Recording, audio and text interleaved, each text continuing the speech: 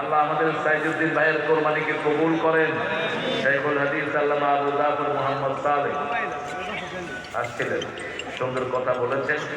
লালমাটিয়া মিনার মসজিদ মোহাম্মদপুর খতিব, উনি বোধহয় সূরা আলে ইমরানের 104 নম্বর আয়াত থেকে কথা বলেছিলেন।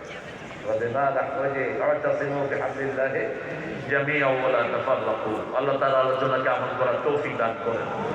আর যারা আপনারা এসেছেন, অনেক দামি মেহমান, আমার উস্তাদ সমতুল্য অনেক ওলামা হযরত এখানে থাকতে পারেন, আমাদের প্রিয় প্রাইমারি স্যাররা, high school, college, university sir, বিভিন্ন পেশায় জড়িত আবার বিদ্যা বনিতা, হিন্দু সম্প্রদায়ের ভাই বোনেরা। আল্লাহর আকাশ যেমন সবাইকে সমানভাবে আলো দেয়, আল্লাহর সূর্য তেমনি আল্লাহর আইন পৃথিবীর সবাইকে সমানভাবে শান্তি দিবে। আল্লাহর বৃষ্টি যেমন সবার উপর সমানভাবে বর্ষিত হয়, আল্লাহর আইন যদি কোথাও কায়েম হয়, প্রত্যেকটা সৃষ্টির মানুষ ওইভাবেই শান্তিপূর্ণ থাকবে। ঠিক না বাড়ি? সেই জন্য হিন্দু ভাইয়েরা, আপনারা কখনো কোরআনের আইনকে ভয় পাবেন না।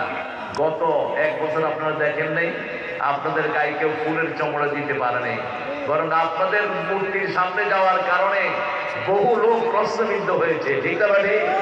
কিন্তু আপনাদেরকে শেল্টার দেওয়ার জন্যই তারা ওখানে গিয়েছে।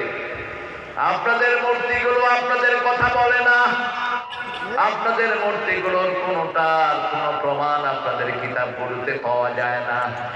ইব্রাহিম আলাইহিস সালাম তার বাপকে বলেছিলেন, সূরা নামের 74, ইয ক্বালা ইব্রাহিম লিআবিহি আযার আতাত্তাখিযু আসনামান আলিহা ইন্নী আরাকা ওয়া কওমাকা ফি দালালিন মুবিন।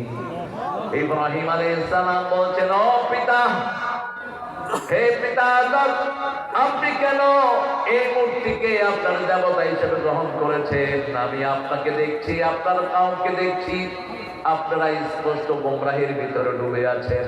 ওয়াকাযালিকা নুরি ইব্রাহিম মালাকুতাস সামাওয়াতি ওয়াল আরদ ওয়ালিয়াকুনা মিনাল মুকিনিন।